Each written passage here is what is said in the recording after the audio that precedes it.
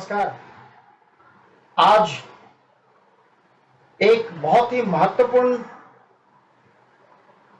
पर्व के ऊपर चर्चा करने के लिए हमारे साथ उपस्थित हैं श्री मार्कंडेय सारदे जी। स्वागत है आपका हमारे दशमी चैनल पे। इस वर्ष रक्षाबंधन का त्योहार है और वो फिर कंफ्यूजन क्रिएट कर रहा है, 30 को होगा या 31 को होगा। इन सभी चीजों में दुविधा है लोगों के बीच में। इस पे आपका मार्गदर्शन चाहिए। और सबसे पहले रक्षाबंधन का पर्व प्रारंभ कहां से हुआ और क्या है इसकी ऐतिहासिक महत्व, ये जरा बताने का कष्ट करें। ओम विश्वानि देव सवितर दुर्तानि परासुव जगभद्रं तन्न आसुव। रक्षाबंधन रक्षा का बंधन है, रक्षा के लिए बंधन है। देखिए, श्रद्धा, भक्ति, विश्वास धर्म के मुख्य आधार हैं। इनके बिना धर्म का पालन संभव नहीं है। आप्त अनुमान से, आप्त वाक्य और अनुमान से हम सब कुछ करते आ रहे हैं जो हमारे पूर्वजों ने बताया है। पूर्वजों के द्वारा बताए गए मार्ग ही आप्त वाक्य हैं और स्वयं विचार करना ही अनुमान है। तो ईश्वर की सत्ता पर भी विश्वास हम आप्तवाक्य अनुमान से ही करते आ रहे हैं। तो अगर रक्षा की बात की जाए तो आप भारतीय संस्कृति को देखें, भारतीय भूगोल को देखें, भारतीय इतिहास को देखें। पहली बात है कि बरसात का समय है। जिस समय हमारे यहाँ रक्षाबंधन होता है, बरसात का समय होता है, सावन का समय होता है, सावन की पूर्णिमा। सावन भादो दो ऋतुएं वर्षा की, और सावन उतर रहा है, भादो चढ़ रहा है। इस बीच में अनेक विषाणु, अनेक विषैले जीव जंतु पैदा होते हैं।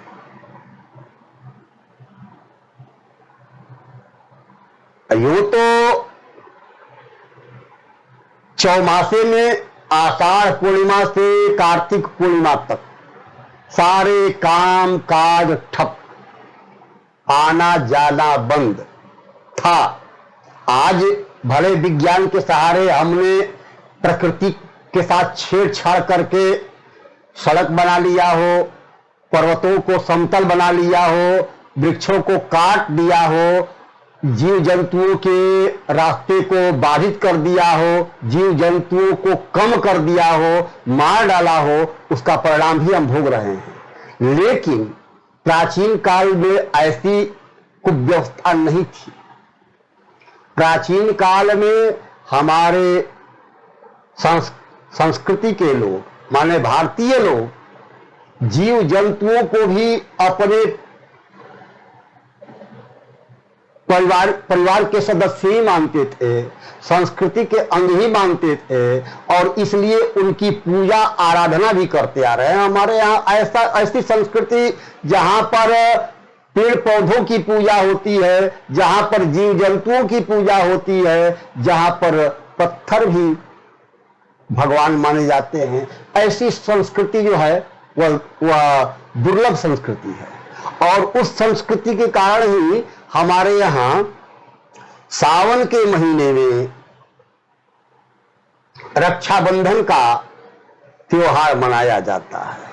अब उसमें देखिए, खास करके सर्प भय अधिक होता है, क्योंकि सबसे विषैले जीव जो हैं वह सर्प हम मानते हैं और उनसे बचाव करना चाहते हैं। और भी अनेक तरह के जीव जंतु पैदा होते हैं, तो इसके लिए हम नागपंचमी मनाते हैं, खास करके सावन में। और अब आइए रक्षाबंधन। तो रक्षाबंधन जो है वह हर तरह से रक्षा की बात है। क्योंकि ऐसी हमारे यहां मान्यता है कि एक बार यह रक्षा बंधन हो जाए तो साल भर तक हमें छुट्टी मिल जाती है। यह भी आज जैसे कि ये जो कोरोना के समय में टीका लगा और उससे जो है हमें राहत मिली, वैसे ही मान के चलिए कि यह जो है सांस्कृतिक संरक्षण का एक उपाय है।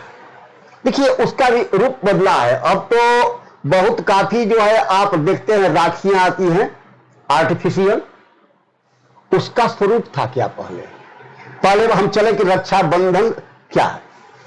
हमारे यहां चौमासा होने पर ऋषिगण क्या करते थे कि वेदाध्ययन अपना कर रहे हैं, अपना जनेऊ बना रहे हैं, और यही सब जो है गुरुकुल में रहने वाले लोग कर रहे थे। उस दिन जो है श्रावण शुक्ल पूर्णिमा, जिस दिन भद्रा रहित होती थी, उस दिन जो है वे एक पूजा करते थे जिसको हम कहते हैं उपाकर्म। और उपाकर्म में ऋषियों की पूजा, ऋषियों का कुश से ऋषि प्रतिमा बना करके, खासकर सप्तर्षियों की, उनकी पूजा होती थी। पूजा होने पर तर्पण होता था। उसके बाद से ये ऋषिगण जो है लोक कल्याण के लिए, समाज कल्याण के लिए रक्षा सूत्र बनाते थे। उसमें पीली सरसों, अक्षत, दूब और क्या है कि ये स्वर्णखंड और पीले कपड़े की पुतली बना करके उस पुतली में बांध करके उसकी पूजा करते थे। अब पूजा करके तब किसी सामान्य या सामान्य सबको, क्योंकि ऋषि दृष्टि जो होती थी वह सबको समान मानने वाली है। हाँ, तो इसलिए उनको बांधते थे। यह परंपरा शुरू हुई, और यह परंपरा भी यज्ञीय परंपरा से शुरू हुई। आप जब भी पूजा कराते हैं, अपने यहाँ करते हैं पूजा, तो खास करके बृहद पूजा, कोई गृह प्रवेश या कोई बड़ी पूजा करते हैं, उसमें रक्षा विधान चलता है। पीली सरसों, धान का लावा, अक्षत, इस सबको मिला करके और उसका जो है उसको और रक्षा सूत्र, इन सबको लेकर ढक करके और उसका जो अभिमंत्रित किया जाता है। उसके बाद से उसको ये सरसों को छीटा जाता है 10 दिशाओं में, दिग्बंधन होता है। तो दिग्बंधन से ही यह परंपरा विकसित हुई, यज्ञीय परंपरा का ही यह एक अंग है। अब जो है इसी से चलते चलते ऋषिगण जो है, ऋषिगण जब करते थे तो पुरोहित भी ऋषि गण के अंग ही रहे, इसलिए वे भी अपने यजमानों की रक्षा, यजमान की रक्षा मतलब कि समाज की रक्षा के लिए यह कार्य करते आ रहे हैं। और उसी का विकास जो हुआ वह बहने करने लगी। उसमें एक प्रश्न है, कहा जाता है कि इसकी परंपरा की शुरुआत शायद द्रौपदी के किसी कथा से जोड़ा जाता है, तो क्या ये कहाँ तक उचित है? देखिए, द्रौपदी से जोड़ा जाता है कि द्रौपदी असल में कृष्ण की अंगुली या कलाई में चोट लग गई थी, तो उसने अपने पल्लू फाड़ करके बांध दिया।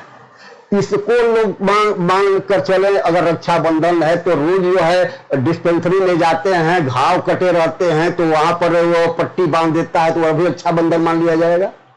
नहीं, वह रक्षाबंधन का रूप नहीं है, प्रकार नहीं है। मैं नहीं कह सकता, मुझे ऐसा, क्योंकि रक्षाबंधन एक प्रक्रिया है, एक तरीका है, एक शास्त्रीय विधि है। उस विधि के अनुसार और कार्य कोई संपादित होता है तब तो हम रक्षाबंधन के नाम से जानेंगे, वरना ऐसे ही खोजने के लिए तो आप बहुत खोजिएगा तो बहुत कुछ मिल जाएगा। हाँ, अब कहीं पर ऋषियों ने भरत जो थे, बाल भरत, वो दुष्यंत के पुत्र, तो उनको आप अभिज्ञान शाकुंतलम पढ़िएगा तो उसमें भी एक जो है ऋषि ने कंगन बांध दिया था उसको, बच्चे को बाल भरत को तो बांध दिया था, तो वो भी रक्षाबंधन के नाम से नहीं जाना गया है।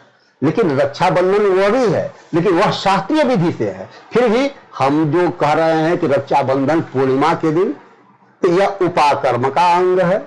उपाकर्म जो ऋषि महर्षि जो है हमारे यहाँ पूजा करते, हाँ उपाकर्म ये भी था क्योंकि आज से होमवर्क था। जो गुरुकुल में पढ़ते थे विद्यार्थी, उनको टास्क दिया जाता था, उनको यह दिया जाता था कि वेद का यह भाग जो है यहां से याद करना है और यह जो है यहां से याद करना है। इस साल का कोर्स है ये। तो वहां से शुरू हुआ, उसी के अंग में समाज के रक्षण के लिए ये ऋषियों ने एक परंपरा शुरू की। उसी परंपरा का विकास जो है आज बहनों के रूप में आया है, उसी को हम लेके चले, क्योंकि इसमें भी कोई बड़ी बात नहीं। समाज विकास करता है, परिस्थितियां विकसित होती हैं, प्रक्रियाएं विकसित होती हैं और धर्म का स्वरूप भी विकसित होता है। हमारे यहाँ ऐसी परंपरा नहीं है कि एक रूप में ही भगवान की पूजा करते आ रहे हैं। भगवान को आज आप देखते होंगे कि मंदिर में एसी लगा दिया जाता है, मंदिर में कूलर लगा दिया जाता है, मंदिर में भगवान को रजाई उठाई जाती है। जाड़े के समय में, गर्मी के समय में जैसे हम जीते हैं वैसी व्यवस्था भगवान के लिए भी करते आ रहे हैं। यह विकास है। तो आज बहनें कर रही है, उसको भी विकास मानिए। लेकिन द्रौपदी वाली कथा से मैं जोड़कर नहीं देख सकता, द्रौपदी वाली कथा से मैं जोड़कर नहीं देख सकता। इसलिए यह ऐसी कथाएं कितनी आएंगी और कहीं न कहीं से आप जोड़िएगा। हाँ, एक कथा जरूर है जो बहनों की बात है। उसके पहले जो है ये इंद्र देवासुर संग्राम में बार बार पराजित हो जाया करते थे। अब अंतिम बार जो है शची ने, उनकी पत्नी ने उनके लिए एक रक्षा सूत्र तैयार किया, मैंने यही पुटली तैयार की होगी, पुटली तैयार किया, उसे बांधा और उस पर विजय मिली। तो यह वास्तविकता यह है कि जो हमारे यहां वेद में कहा गया कि पुमा पुमादुम संपरिपातु विश्वतः, पुरुषों की हर तरह से रक्षा करे। माने समाज का एक व्यक्ति समाज के अनेक व्यक्तियों की रक्षा करे। केवल यह आप हर व्यक्ति का यह दायित्व है, यह कर्तव्य है कि हमसे जितना बल पड़ता है उतने लोगों का उपकार करें, यह भावना है। और इसी भावना के तहत जो है हम रक्षाबंधन करते आ रहे हैं, रक्षाबंधन मनाते आ रहे हैं। और खासकर इसलिए कि इस बरसाती वातावरण में जो ये विषाक्त समय हो जाता है, अनेक तरह की बीमारियां संभव हो जाती हैं, अनेक तरह के खतरे हुए होते हैं। अब इसमें कौन है खतरा, खास करके मूल लेने वाले कौन है? इसमें हमारा कृषक वर्ग है। चूंकि घर से बाहर तो ऋषि महर्षि जाते नहीं, उस समय चौमासा में एक जगह कहीं बैठ गए और वहीं पर अपनी साधना करने लगे। उस समय राजा कहीं जाते नहीं, उस समय समाज के लोग कहीं रास्ता गम्य था ही नहीं, मार्ग तो चूंकि कीचड़ कादों से भरा हुआ था तो मार्ग था ही नहीं।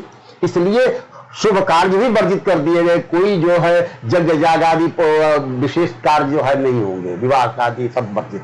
तो इस समय गृहस्थ जो थे, जो मुख्य रूप से कृषिजीवी थे, कृषिजीवी आज भी है, तो वे लोग जो है रात दिन मिल करके जो है समाज की रक्षा के लिए, देश के उत्थान के लिए, समाज व्यक्ति के भरण पोषण के लिए अन्न उगाते आ रहे हैं, भोजन उगाते आ रहे हैं।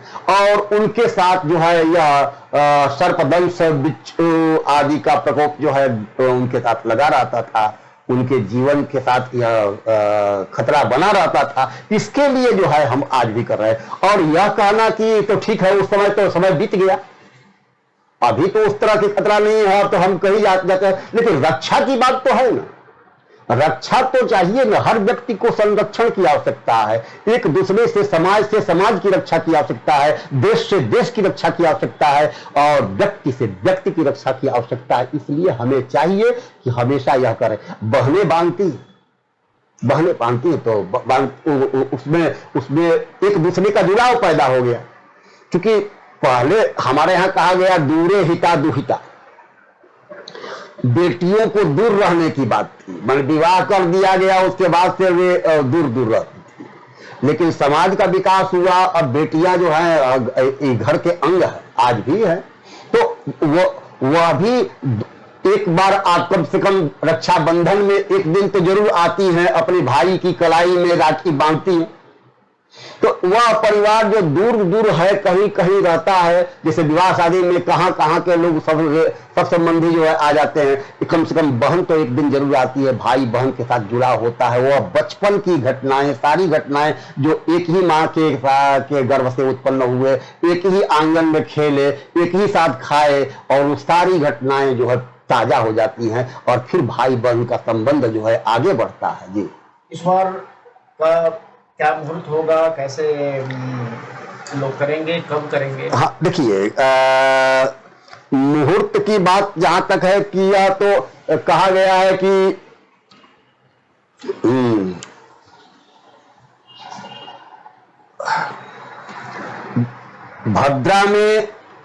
भद्रायाम द्वेन कर्तव्ये श्रावणी फाल्गुनी था। भद्रा में दो कार्य नहीं करना होता है, श्रावणी कर्म और फाल्गुनी कर्म। श्रावणी कर्म मतलब रक्षाबंधन, उपाकर्म का अंग रक्षाबंधन भी, और फाल्गुनी का ये क्या है कि फाल्गुनी का मतलब है होलिका दहन, तो होलिका दहन भी दोनों। इससे दो बातें कही गई हैं, प्रजा की हानि, राजा की हानि। तो हमें राजा की भी रक्षा करनी है, हमें प्रजा की भी रक्षा करनी है। प्रजा और राजा एक दूसरे के पूरक हैं। तो आज प्रजा नहीं है, आज राजा नहीं है, आज प्रजा ही राजा है। प्रजातंत्र में प्रजा ही राजा होती है, और उसी का प्रतिनिधि है वह। तो आपका प्रतिनिधि ही अभी आपका प्रतिनिधित्व कर रहा है, तो उसकी रक्षा में भी देश की रक्षा है, समाज की रक्षा है, और जनता की रक्षा में उसकी भी रक्षा है। इसलिए सबको रक्षाबंधन जो है उपयुक्त समय पर मनाना चाहिए, करना चाहिए। और भद्रायाम द्वेन कर्तव्ये श्रावणी फाल्गुनी था, श्रावणी और फाल्गुनी में, भद्रा में नहीं करना। भद्रा का मतलब क्या है? तो भद्रा का समय जो होता है, भद्रा देखिए, भद्रा तो का वास भी बताया गया है कि स्वर्गे भद्रा स्वम कुर्जात पाताले च धनागमः मर्त्य लोके दाभू भद्रा सर्व कार्य विनाशिनी। उसमें बंटवारा कर दिया गया कि ठीक है, ये कार्य जो है वो कार्य है, जैसे भूमि खनन जो है वह कार्य भद्रा, जमीन की जब पाताल की भद्रा हो तब नहीं करना है। स्वर्ग की भद्रा में जब आकाश में उड़ाना हो, कोई सामान लिया आकाश में भेजना हो तो नहीं करें, और मृत्यु लोक में जब भद्रा हो तो कोई शुभ कार्य नहीं करे।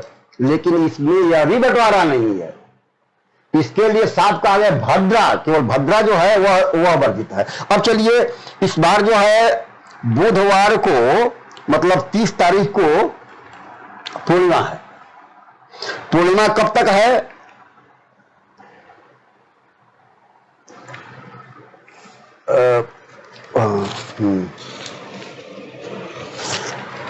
पूर्णिमा 30 तारीख को पूर्णिमा है। तो चतुर्दशी पहले है 10:13 पर, सूर्योदय में नहीं हुआ, 10:13 तक। उसके बाद से पूर्णिमा हो रही है, और उस दिन जो है पूर्णिमा हो रही है, और भद्रा जो है 10:13 से ही भद्रा प्रारंभ है। रात्रि या भद्रा जो है रात्रि 8:57 तक है, मतलब रात्रि 9 बजे तक है। तो स्पष्ट है पूर्णिमा है, और इस समय उपाकर्म संभव नहीं है। पूजा प्रातः काल तो पूजा संभव नहीं है, पूजा संभव नहीं है। तो और गुरुवार को चलते हैं, मतलब 31 तारीख को, तो 31 तारीख तो 7:46 तक पूर्णिमा है। उसके बाद प्रतिपदा आ जाती है, तो प्रतिपदा में भी नहीं करना है, और पूर्णिमा को ही करना है, चतुर्दशी में नहीं करना है, भद्रा में भी नहीं करना है। तो ये इतनी शर्तें जब आएंगी तो अब तो समस्या होगी कि कैसे करें, कब करें, क्योंकि रात 9 बजे के बाद बहन कहां जाएगी, कैसे कैसे जाएगी, और रात भर तो यह कार्य चलेगा नहीं। ठीक है कि आज का युग जो है रात को दिन हम बना लेते हैं, लेकिन उतना संभव नहीं है। और सुबह में भी कहते हैं कि सुबह में भी संभव नहीं है, 7:45 तक ही है। वो तो प्रायः लोग तो यहाँ पर 8 बजे 9 बजे जगने वाले होते हैं। हाँ, 7:45 खूब जगेंगे, पहले तो 4 बजे जगेंगे, खूब जग करके अगर नित्य कृत्य करते करते 5-6 बज ही जाता है। उसमें भी भाग में कैसे हो पाएगा। फिर भी उपाकर्म के लिए तो यह दिन उपयुक्त है। पूजा पाठ जो हम करते आ रहे हैं उसमें हम जोड़ते, जैसे मैं करता हूं। ये तो नदी किनारे उपाकर्म होता है, लेकिन यह संभव नहीं हो पाता मेरे लिए, तो मैं घर ही पर करता हूं।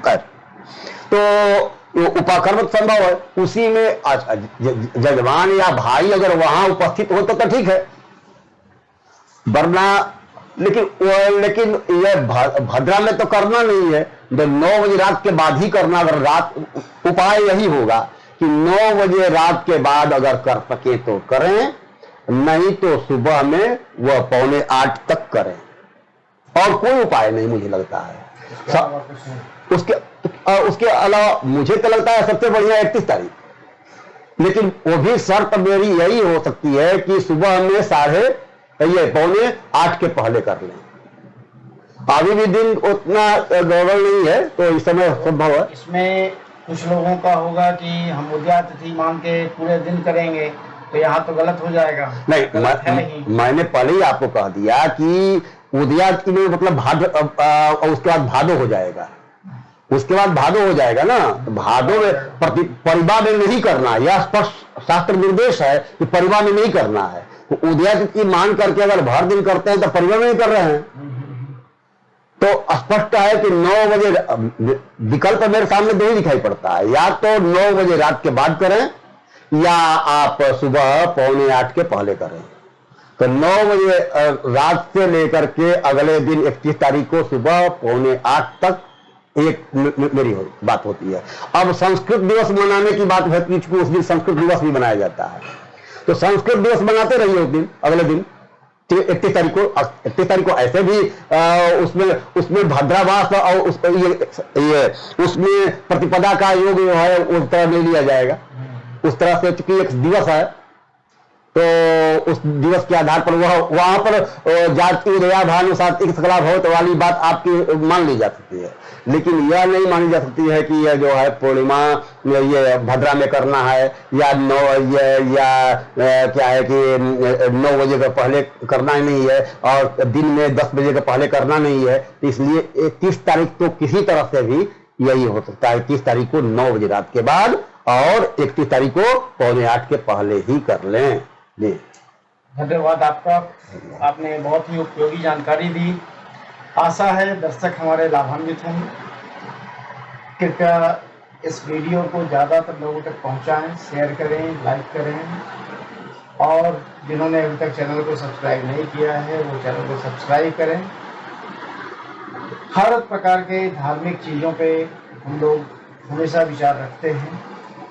चैनल पे कई धार्मिक वीडियो लगे हुए हैं, आप लोग उसका भी लाभ उठाएं। धन्यवाद।